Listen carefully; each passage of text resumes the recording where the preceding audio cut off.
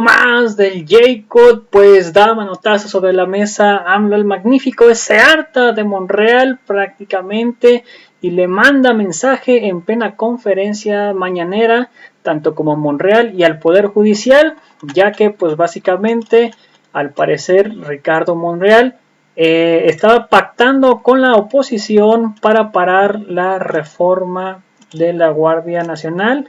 Así que pues veamos de qué se trata y qué nos dice AMLO el Magnífico, ya que se puso furioso en la mañanera. Y veamos lo que dice y ahorita comentamos, ¿por qué no? Primero quisiera preguntarle su opinión sobre la situación que vive hoy el grupo parlamentario de Morena en el Senado. Existe una especie de división interna, el coordinador no cuenta del todo, cuenta con el apoyo de la mayoría, pero yo le quiero preguntar si él tiene su confianza como para permanecer todavía en la coordinación. Mire, cada quien es responsable de sus actos. En el caso de nuestra postura es garantizar la libertad, que todos los ciudadanos puedan manifestarse con absoluta libertad y garantizar, ayer lo dije, el derecho a disentir.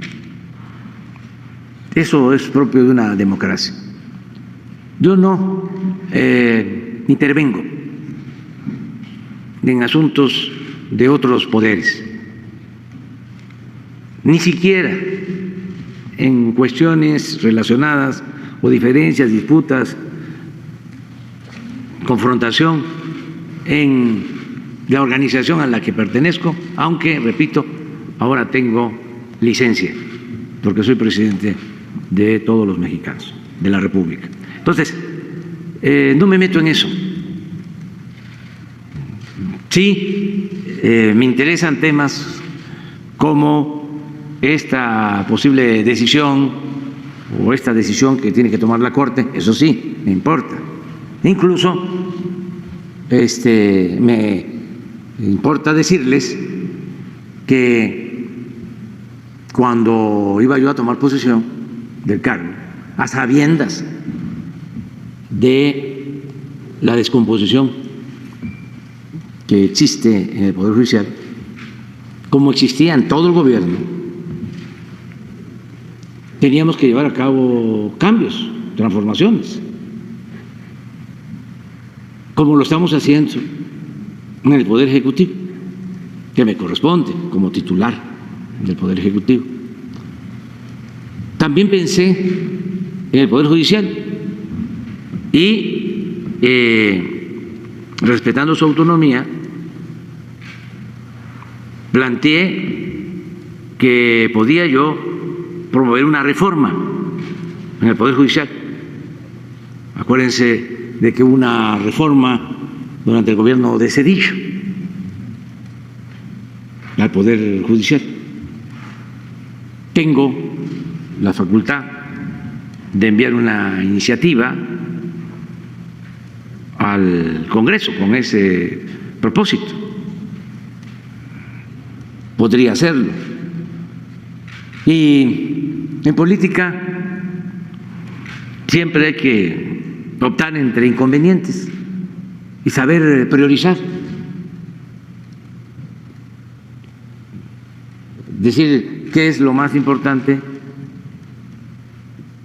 Hay 1000 problemas, pero de esos 1000 puede pensarse que hay 100,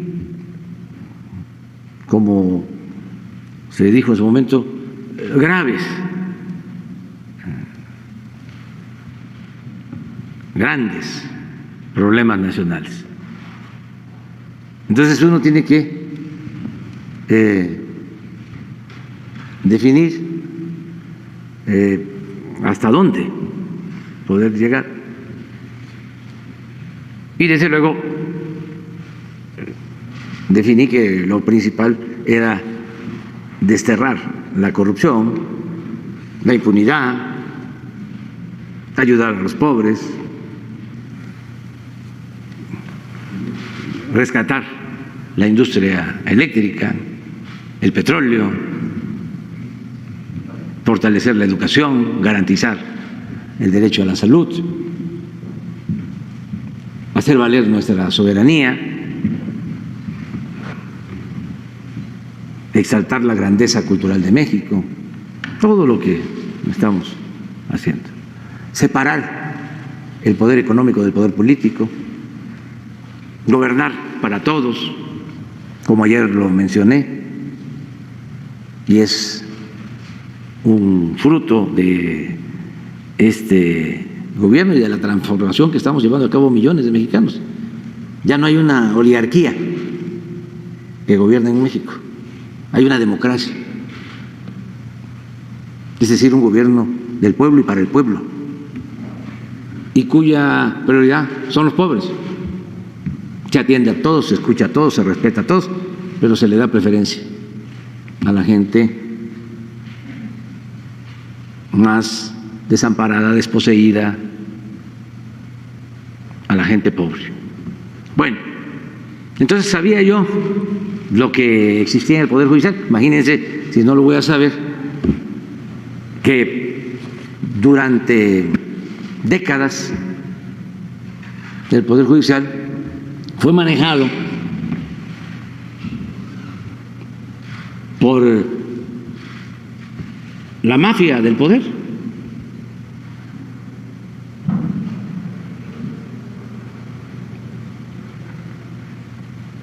Eran concesiones que se daban a el PAN, para ser muy claros, cuando dominaba el PRI y empezaron a ponerse de acuerdo. Una moneda de cambio fue irles entregando el Poder Judicial y todo lo relacionado con la impartición de justicia. Acuérdense que con Zedillo, el procurador fue un panista, Lozano Gracia, y el abogado más famoso en todo ese tiempo, el maestro, el de más influencias, fue Diego Fernández de Ceballos. Entonces, el Poder Judicial, desde la Suprema Corte hasta los jueces, pasando por ministros, magistrados, pues estaba a disposición de las alianzas de la oligarquía.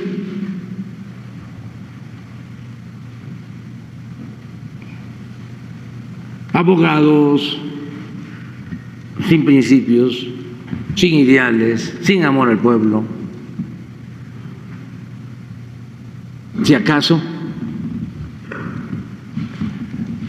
técnicos en la aplicación de las leyes, con la idea esta, ¿no?, retórica del conservadurismo de que la ley es la ley, haciendo por completo a un lado a la justicia. A mí me enseñaron que cuando uno tiene que decidir entre el derecho y la justicia, hay que inclinarse por la justicia,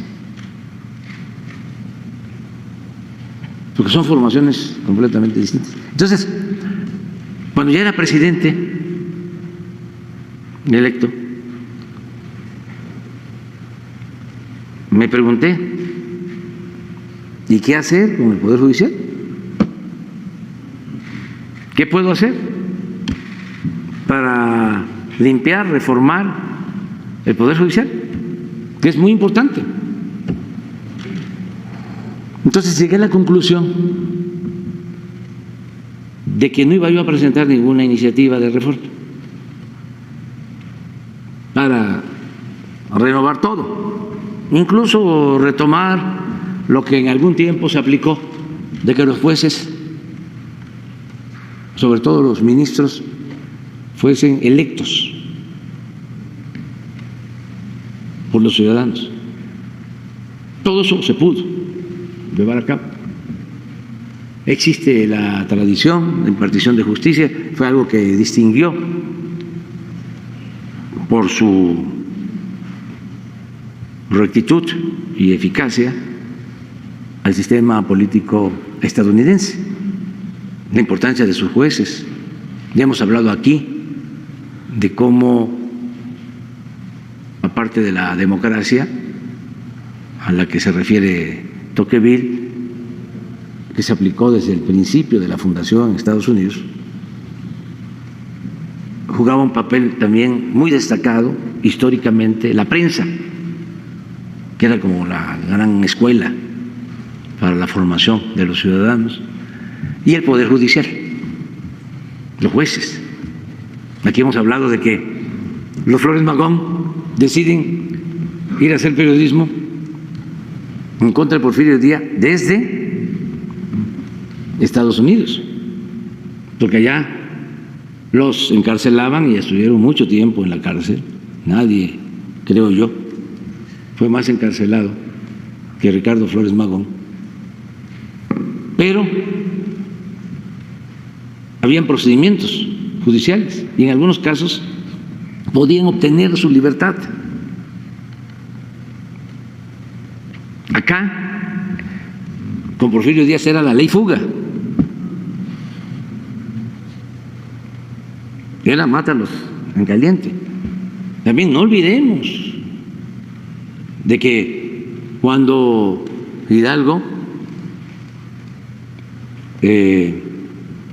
va en retirada,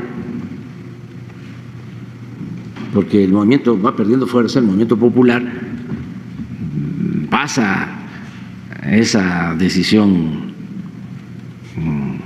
controvertida pero humanista de no haber tomado la Ciudad de México a pesar del triunfo en el Cerro de las Cruces.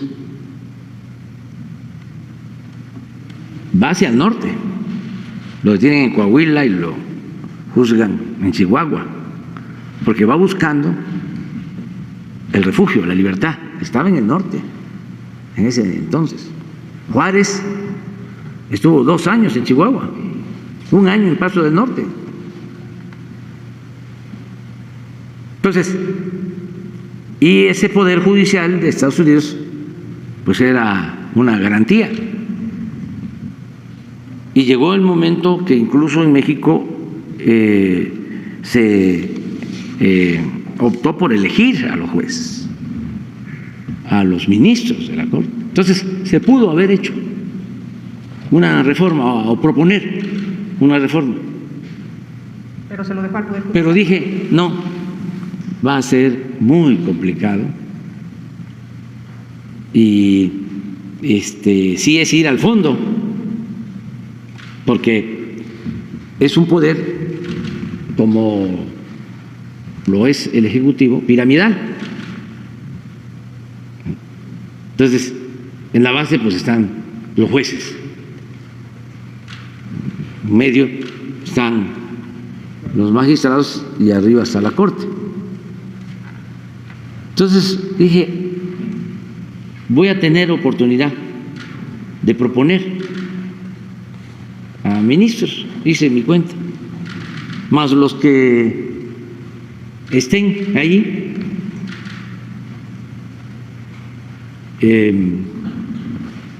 decentes, pues puede ser que logremos tener mayoría, no para que me apoyen en abusos, sino para reformar el Poder Judicial y que realmente haya justicia en México.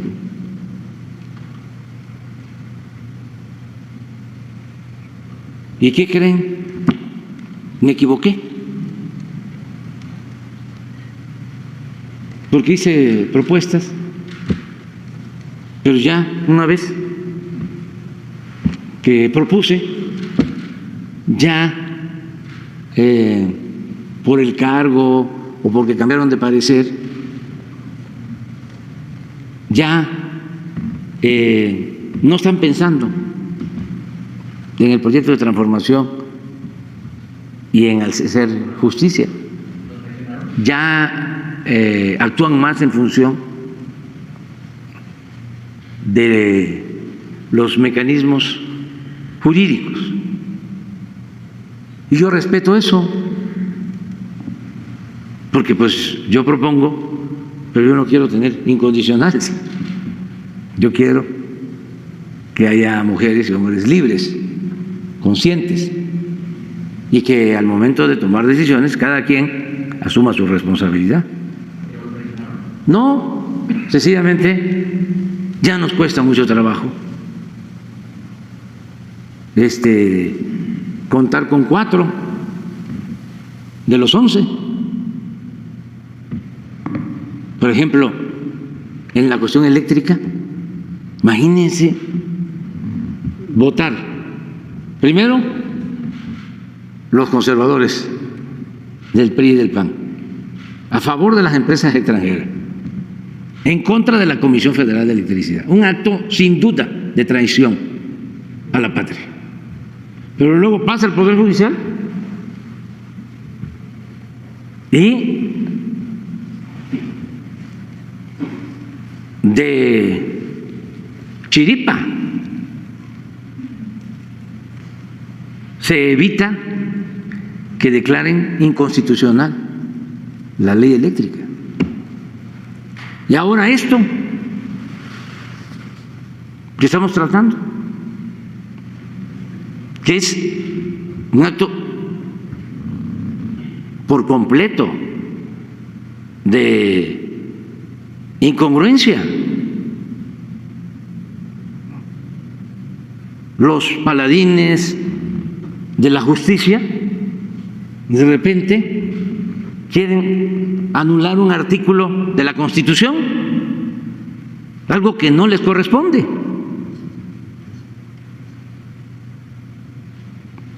Eso, como lo planteó aquí Ricardo, es gravísimo. Pero lo mismo, si de lo que más padecemos, y esto no de ahora, sino ya de tiempo atrás, es que con ese truco de que no se integran bien las averiguaciones, se le da libertad a delincuentes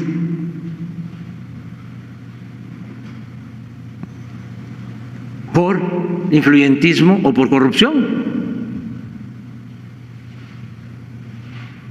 Pero luego aparecen estas contradicciones, ¿no? De quienes en un tiempo están a favor y ahora que estamos nosotros ya están en contra. ¿Qué no puede el presidente del PAN o el presidente del PRI? A ver, pon la gráfica. Que votaron a favor de la prisión preventiva. ¿Qué no pueden ahora en un acto de honestidad, de congruencia,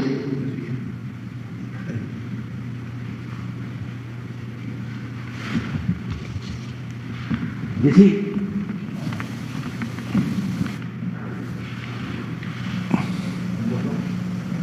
él era senador y votó a favor?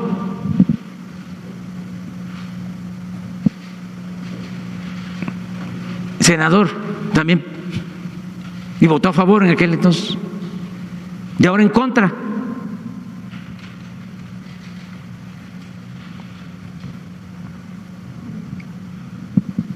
Entonces, sí es un asunto pues que amerita un posicionamiento. Desde luego, son libres los ministros y libres todos.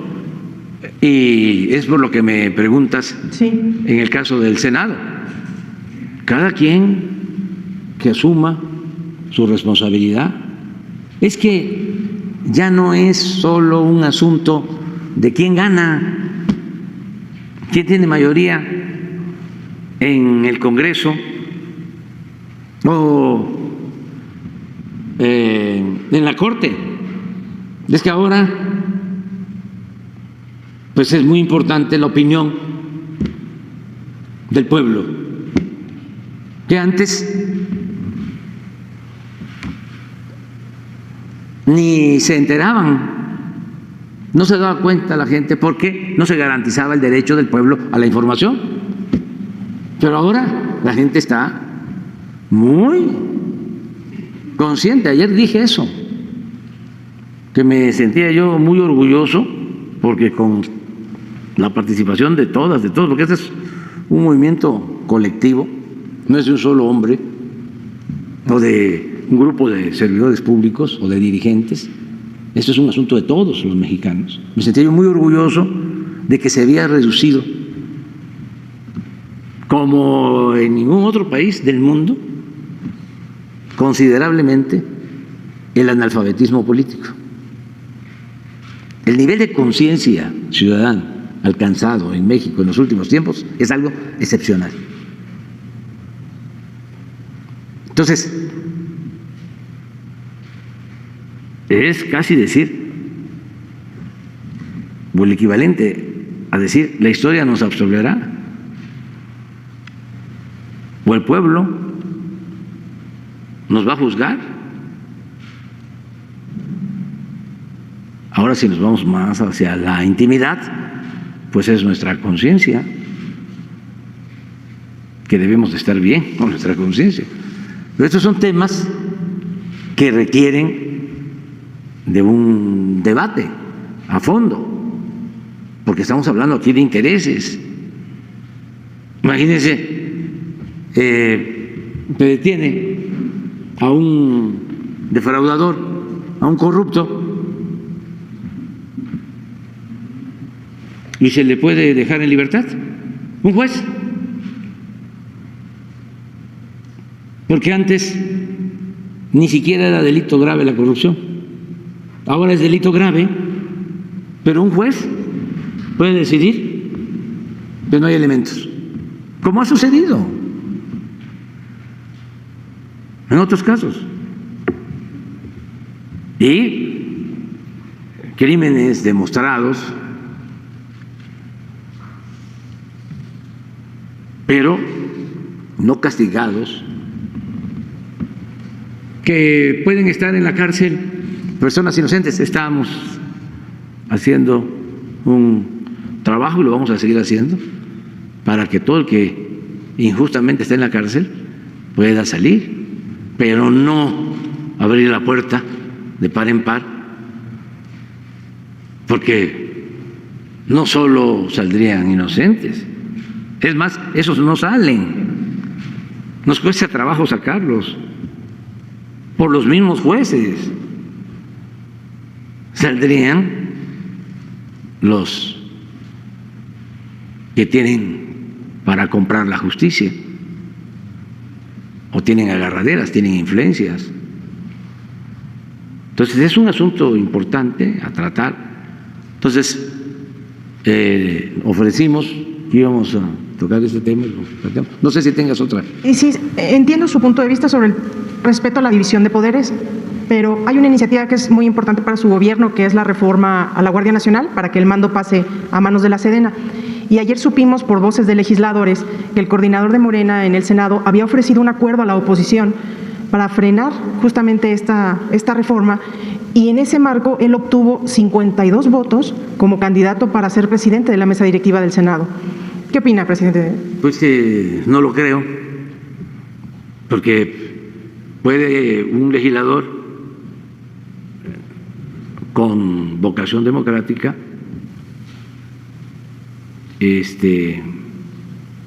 o sin vocación democrática ofrecer su voto, pero no puede comprometer el voto de los demás, porque ya también no son aquellos tiempos de la borregada. Ya cada quien es dueño de su criterio. O sea, no lo creo. ¿No cree que Monreal haya hecho ese pacto?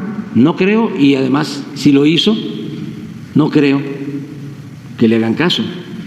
Los senadores de Morena. Los senadores en general. O sea, yo no hablo de solo los de Morena. Pues si los senadores son representantes de las entidades federativas, tienen criterio,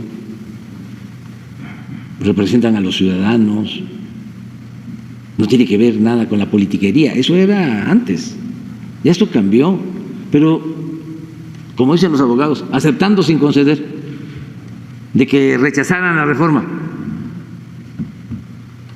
Nosotros estamos cumpliendo. ¿Y por qué no hizo uso del mecanismo de la iniciativa preferente, presidente? Porque puede salir así. ¿En cuánto tiempo? No sé, ya es una cuestión de los legisladores, pero sí es algo importante. Y es algo que yo voy a defender, pero como lo estoy haciendo ahora, ayer también lo planteé, no es autoritarismo, no es militarizar, es cuidar que la Guardia Nacional no se corrompa, como sucedió con la Policía Federal. ¿Qué acaso eso de la Policía Federal, la corrupción en esa corporación, sucedió hace un siglo, hace medio siglo? Se acaba de pasar. ¿Por qué no cuidar a una institución para que con la vigilancia de la Secretaría de la Defensa se mantenga la disciplina, se mantenga el orden, la honestidad, y que realmente se constituya esta institución en la principal corporación para garantizar la seguridad pública en México? Eso es lo que me importa. Y también que no se hagan los que no saben o que les dé amnesia. No somos iguales. Nuestro gobierno no hay nadie como García Luna. Nuestro gobierno no se tortura como se hacía en los gobiernos anteriores. ¿Por qué eso no se reconoce?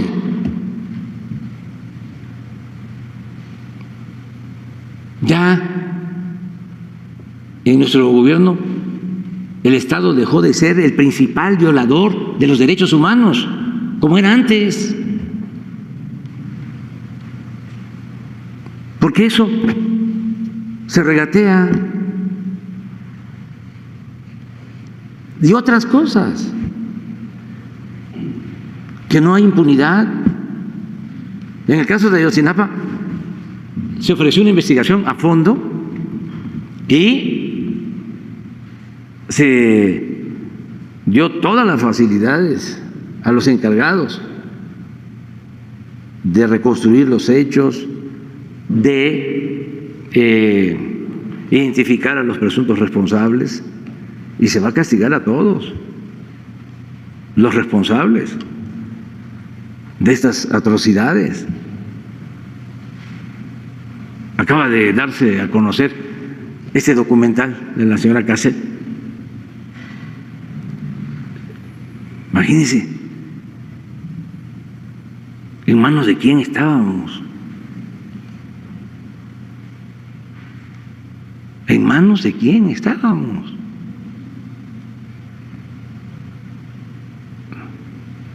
Para que, por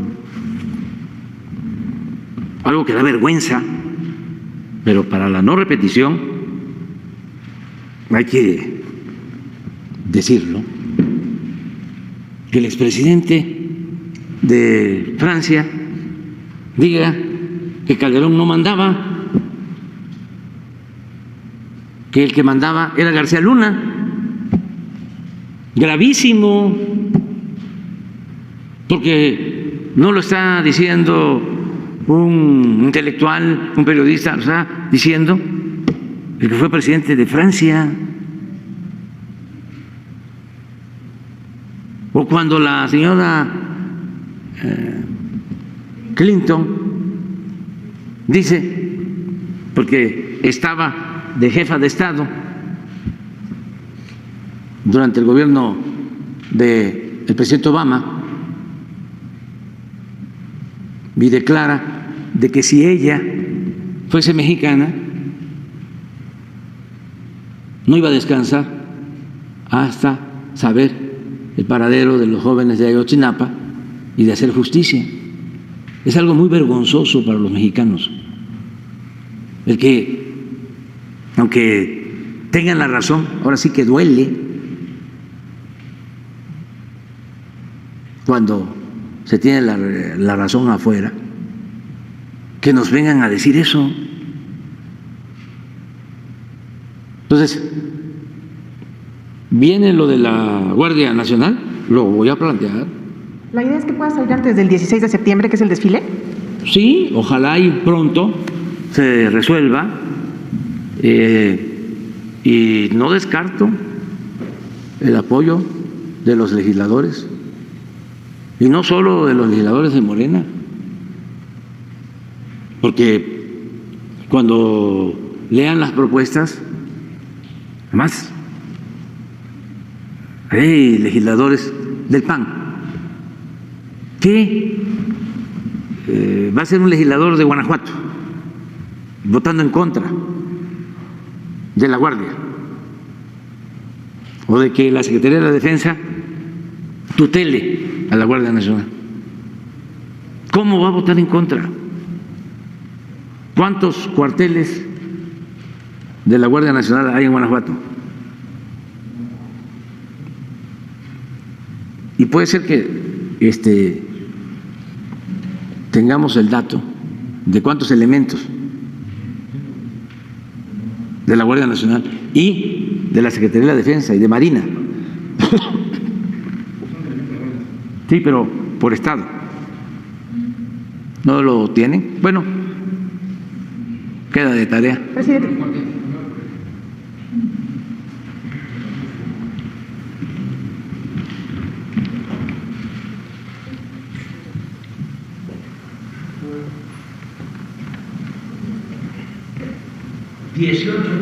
Hemos construido en Guanajuato para la Guardia Nacional. ¿Cómo van a votar en contra de eso? Pero todo es posible por la politiquería, por la falta de dimensión en lo político, en lo social. Pues ya lo vimos, lo repito, con la reforma eléctrica. Votar en contra de la Comisión Federal de Electricidad, que es una empresa pública, que fue la que electrificó todo el país y que es la que está cuando hay huracanes. Son los trabajadores de la Comisión Federal de Electricidad los que restablecen el servicio, pero por esa empresa pública no hay aumentos en los precios de la luz y votan por Iberdrola, una empresa extranjera española que ha hecho su agosto durante el periodo neoliberal, que ha sacado ganancias exorbitantes, que ha actuado con lucro.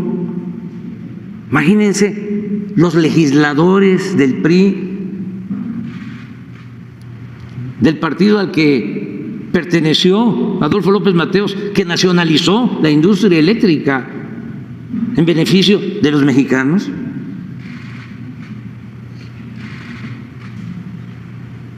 Pero bueno, no perdamos la esperanza. A ver.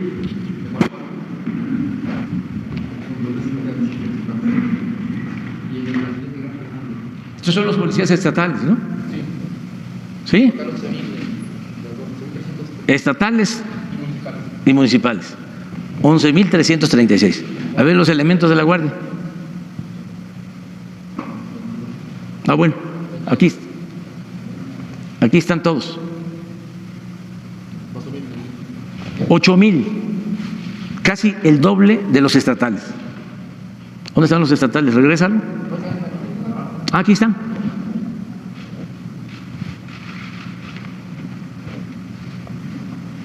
¿Cuál distinción partidista? Te gobierna para todos, te cuida a todos.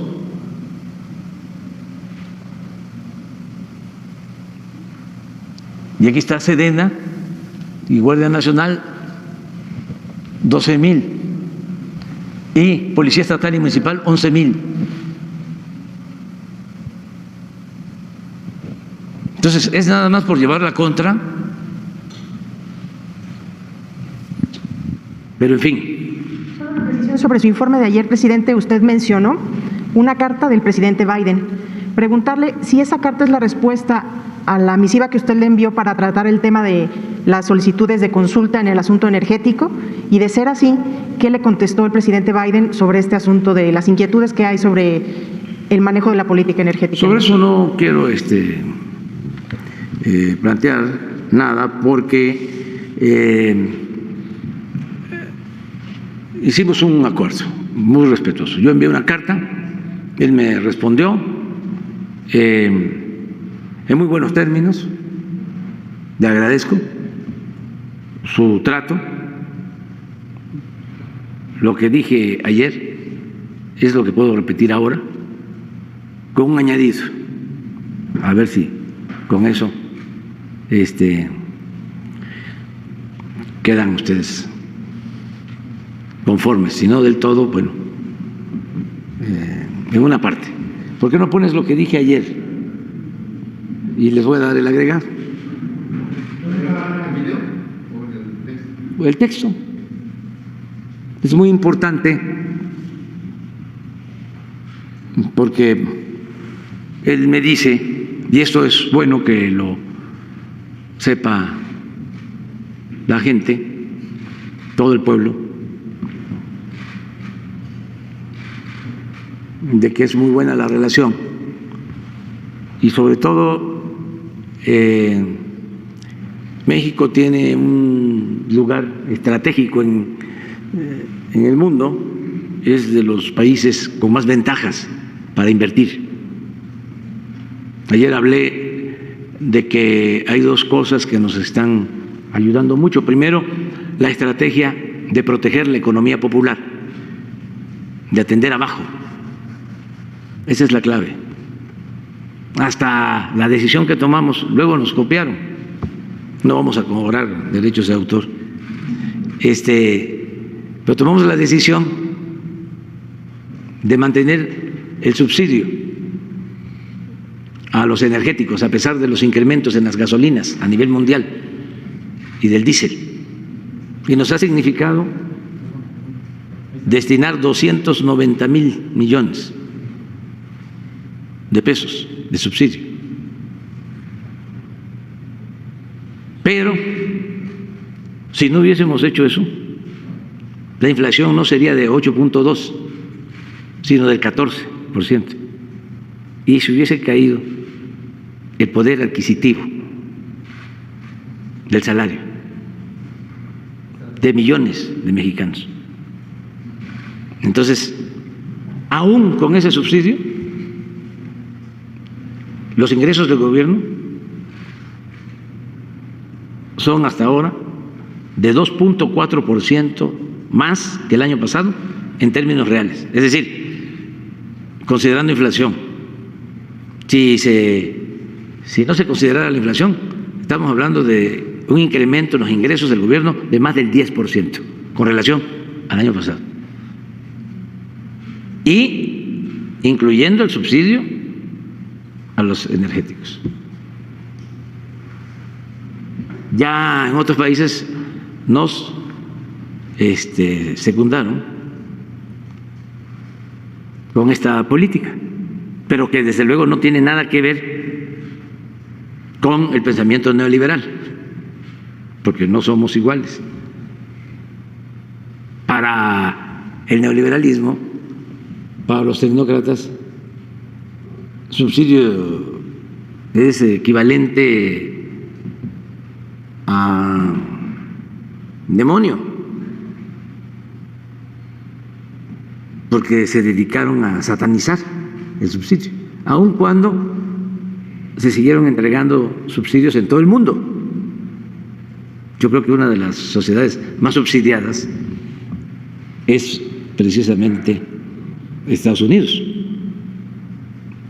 Pero acá, como todo fue en extremo, los tecnócratas dejaron sin apoyo a todos y desde luego abandonaron por completo a los pobres. Pero ya esto ya cambió. Entonces, lo que digo es esto. A ver, bájalo el otro párrafo, porque esa es la esencia. El párrafo anterior. Si lo pueden bajar. Antes de este. Sí. Otro párrafo, de favor. Antes.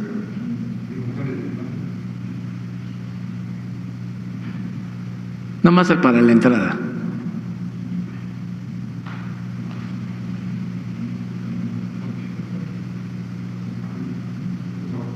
Así que es.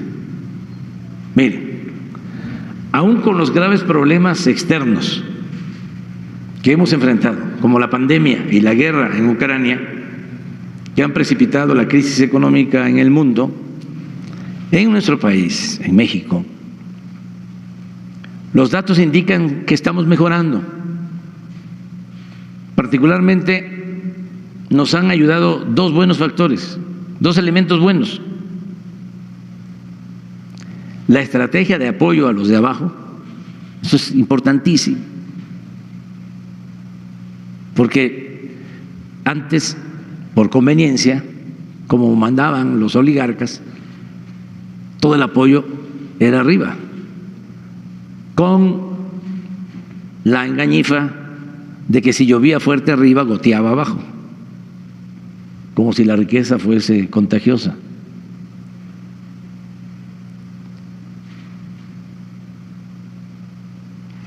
La estrategia de apoyo a los de abajo, eso no debemos de omitirlo. Y el otro elemento bueno, las ventajas del tratado comercial con Estados Unidos y Canadá.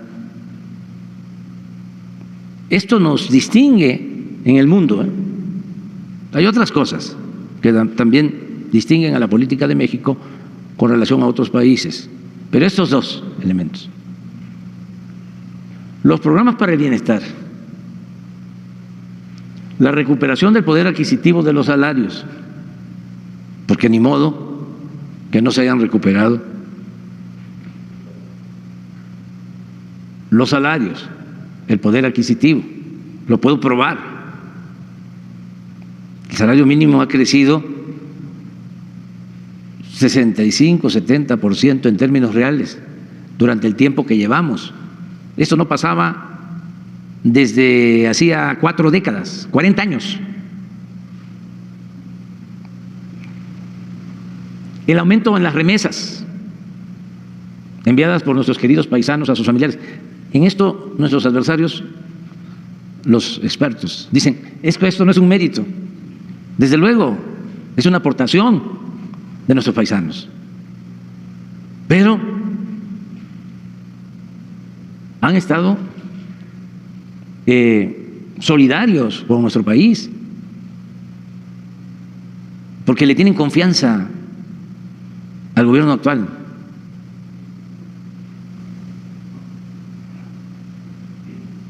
Además, acaban de dar a conocer el monto de las remesas de julio, más de 5,000 millones de dólares. Si seguimos así, vamos a llegar a los 60,000 millones de dólares. Es un gran apoyo. Pero los expertos que no se caracterizan por la honestidad intelectual toman en cuenta nada más lo que dije, aumento en las remesas. Dice, eso no tiene nada que ver ¿Cómo no? Sí tiene que ver con nosotros.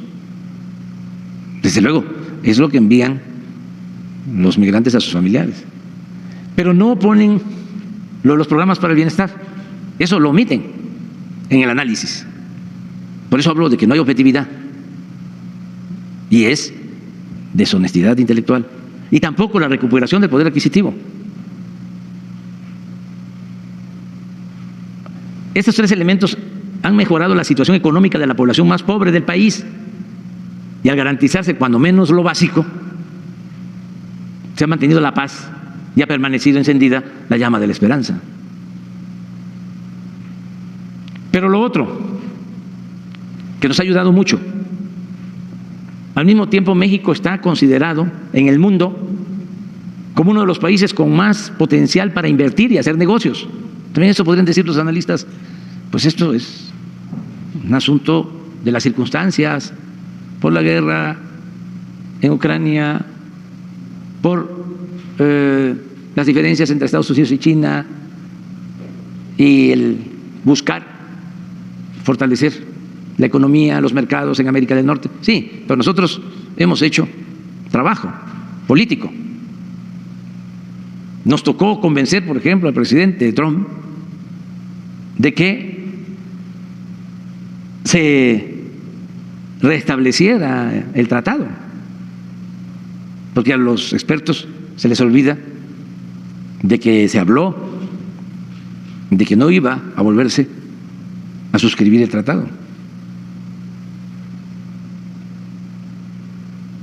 Incluso se llegó a plantear de que lo podíamos resolver con un acuerdo bilateral, no el tratado que incluyera Canadá, porque en ese entonces había diferencias entre el presidente Trump y el primer ministro Trudeau.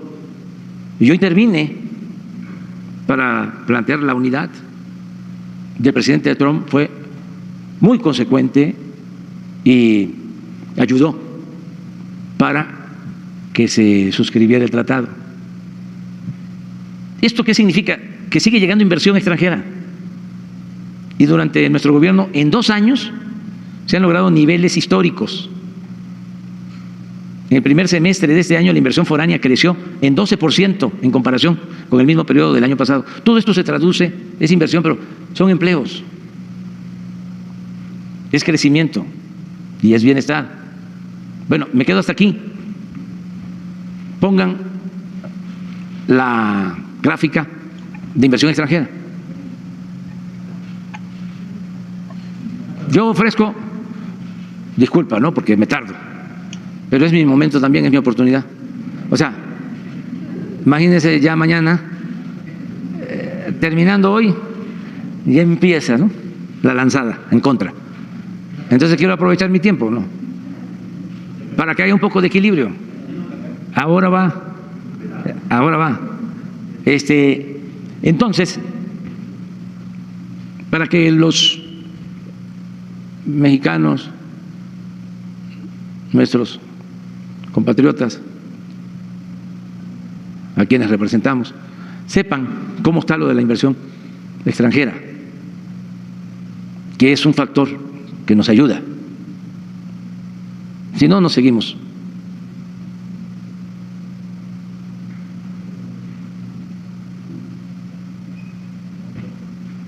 Esto es mío. Si se analiza, desde que llegamos, crecimiento, pero aquí más, y aquí mucho más. Cuando hablo del 12%, le estoy quitando esto, que tiene que ver con la operación que hizo Televisa con Univisión y con la reestructuración de Aeroméxico. No lo tomo en cuenta.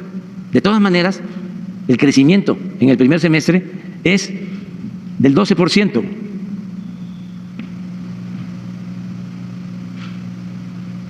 Esto es inversión extranjera. Esto nos ha ayudado mucho y va a seguir creciendo. Pero ahora sí regresamos al anterior. Me envió una carta el día 29 el presidente Biden. A ver si la... ¿De qué fecha es la carta? Nada más la fecha. Si la... Hace como 3 días o 4. 29. Entonces, me dice esto, es que es lo único que puedo mencionar. Voy a explicarlo. Según la información que me acaba de transmitir en una carta mi amigo el presidente Biden, lo cito textualmente, me dice, esto es de la carta: el comercio bilateral en bienes entre Estados Unidos y México ha alcanzado los 384,000 millones de dólares este año, sobrepasando los niveles prepandemia para alcanzar un récord histórico. Así estamos. Hasta ahí la cita. Ya pues tenemos buena relación con todos los países del mundo. ¿Y qué es lo que me pone al final? Porque yo tenía en el texto original, decía que me acaba de transmitir en una carta el presidente Biden, y me salió del alma ponerle mi amigo. Esto se lo agregué, no estaba en el texto original, en mi borrador. ¿Pero por qué le puse mi amigo? Porque pone la postdata a mano que me puso.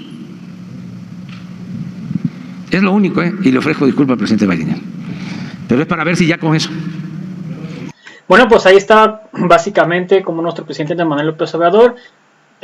Pues lo que le comentaba pues aquí Biden, de que pues básicamente pues le ha respetado a AMLO el Magnífico prácticamente, pero sobre todo aquí de las traiciones que está haciendo al parecer Ricardo Monreal, donde al parecer se iba a consolidar la traición con Ricardo Monreal, ya que pues los mismos senadores confesaban, sobre todo Cepeda había dicho que como se le estaba cayendo prácticamente a Monreal lo de Armenta, una vez no pasó, otra vez no pasó, entonces se puso nervioso Ricardo Monreal y empezó prácticamente él a pactar a lo que comentan los demás senadores de la oposición, a que se acercó pues con la oposición, se acercó con MC, se acercó con el PAN, se acercó con el PRI. Oye, ayúdame a sacar esta onda, necesito Armenta para que quede que es mi gallo, y yo a ustedes les apoyo con que no pase lo de la Guardia Nacional. Entonces aquí los sacaron de onda los de la oposición. Oye, pues como si eres de Morena, no, pues no le haces, ayúdame a sacar esto y negocio y te aviento Armenta, y pues básicamente no se preocupen, no va a pasar la reforma electoral ni va a pasar la otra, la de la Guardia Nacional. Entonces ahí como empezó prácticamente a tejer y tejer su telaraña prácticamente ahí Ricardo Monreal, que pues básicamente ya se consolidó como un traidor a la patria. Entonces aquí AMLO el Magnífico ya da el madrazo sobre la mesa y le advierte a Monreal, donde si tú quieres comprometer tu voto a dárselo a la oposición para que la reforma no pase, adelante, o la ley no pase, pero si pones a los demás a condicionar, a los demás morenistas, a los demás senadores e incluso a los de la oposición, pues ahora sí te la vas a ver, vas a tener que pagar las consecuencias. Y al parecer aquí pues Ricardo Monreal está saltando a la oposición, le está viendo en las manos a la oposición, y no dudes que en el 2024 lo veamos hacia la candidatura por alguna de la oposición a Ricardo Monreal. Así que pues bueno, está el Magnífico también advirtiéndole al Poder Judicial de que no se vaya a pasar de lanza, de que no pueden ellos quitar ni modificar las leyes, ya que son reformas electorales que ya tienen tiempo establecidas. Y con esto pues prácticamente le quieren dar un golpe de estado en el Poder Judicial al Magnífico, liberando a muchísimos y a bastantísimos gente que es culpable, como por ejemplo el Marro, que estaban comentando que básicamente le están quite delitos para que lo puedan liberar. Así que pues bueno amigos, no sé ustedes qué opinan al respecto de esto, qué opinan a Ricardo Monreal, qué deberían hacer con Ricardo Monreal, el Magnífico, ya que pues básicamente nomás se ha dedicado a Monreal a traicionar al presidente. Así que pues bueno amigos, no sé ustedes qué opinan al respecto de esto. Sin antes mencionarles, si me pueden apoyar con estrellas que respecten su economía, sería completamente fantástico. Al convertir en estrellas color dorado le presionas y te van a pasar desde 99 hasta 530 estrellas, o aquí al lado hay unos puntos color morado, le presionas y te va a aparecer como quiero colaborar, y por solo 99 pesos mensuales sería completamente fantástico. Puedes cancelar cuando quieras. Así que pues bueno amigos, Vamos a ver la gente al respecto. Isabel OG, saludos. Ignacio Vázquez, arriba AMLO. Son los chayoteros y los corruptos dirán lo contrario. Daro Guerrón, jajaja, dictador. Fausto Tello, es un discurso apto para ciegos e ignorantes. José M. Villar, jajaja, está loco. Isabel OG, saludos. Así que pues bueno amigos, si me puedes apoyar con un like en la página, en el video, comentarlo y compartirlo para que mucho más personas nos vean, sería completamente fantástico. Los invito a ver nuestro siguiente video. Hasta la próxima, bye, suscríbanse.